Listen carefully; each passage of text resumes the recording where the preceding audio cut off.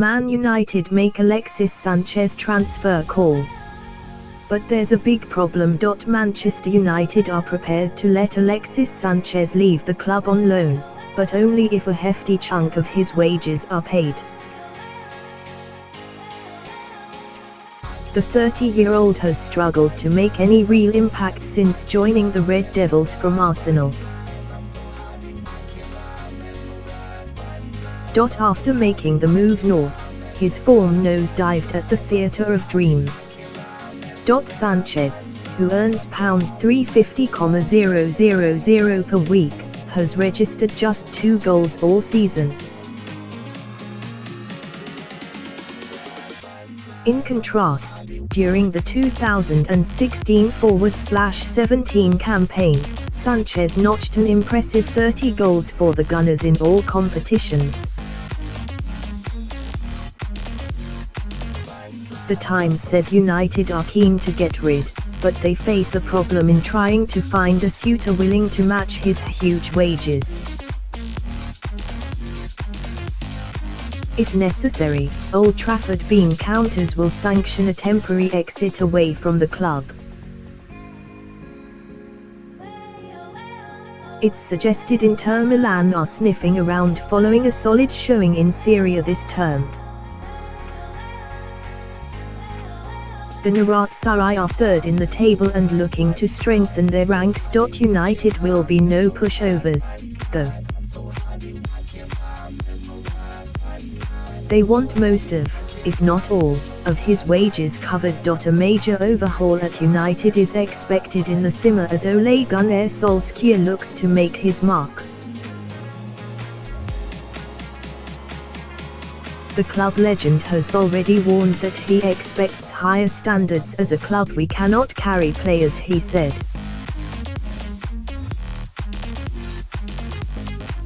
Alexis Sanchez still doesn't fit in at Manchester United, out of form and frustrating Ole Gunnar Solskjaer, so, will he take £60 million hit on mega contract to move this summer? It seemed a significant moment when Manchester United unveiled Alexis Sanchez as the Premier League's best paid player at the beginning of last year. His arrival at Old Trafford was perceived as a great coup for United's pulling power and financial power and a victory for Jose Mourinho, albeit one that cost the club £450,000 a week. In contrast, Manchester City couldn't compete and Pep Guardiola just had to accept it. Roll forward 15 months, and the argument has turned on its head.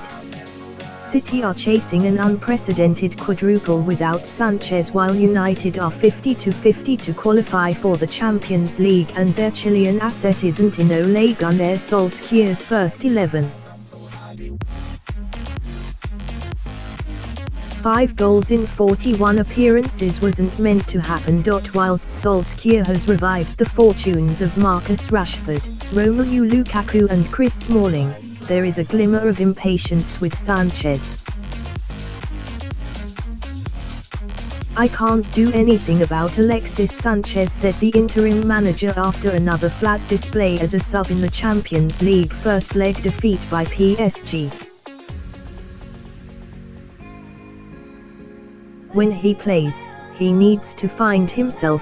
United treble winner Phil Neville put it succinctly, "We are not getting the Alexis we fell in love with at Arsenal."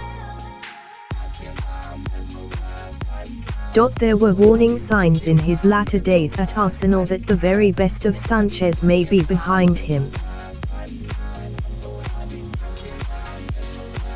Having scored 31 goals in his final full season in North London and winning the FA Cup final against league champions Chelsea, he scored only 7 goals in the first half of 2017-18 when his name was regularly featured in the transfer gossip pages.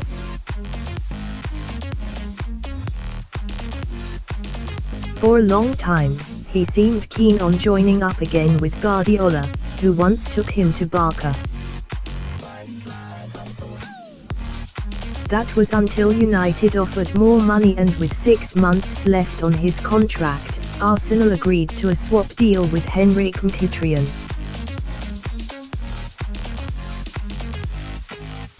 Since then, things have not gone to plan.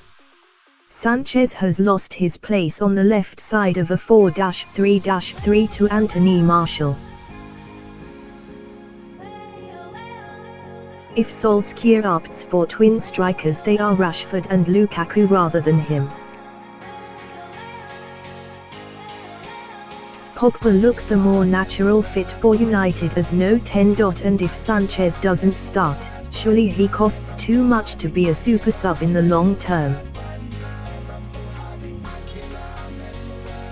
European clubs will come calling in the summer, including Juventus. But financially someone will have to take a hit to make the deal happen, either United or the player who has just over 3 years left on his current deal. With Sanchez entitled to earn another £60 million in wages on his United contract, with bonuses on top of that, the figures don't add up. And neither does his form. Everyone has to take ownership, keep improving, show that hunger that you want to get better individually and as a team. I'm not just talking about Alexis. Everyone is under the same demands, but if we are talking about Alexis, he hasn't been lucky with injuries. Since I came in, he's had 2 long-term injuries, and that hasn't been beneficial to him. Some other players have had injuries as well. But I see the characters we have.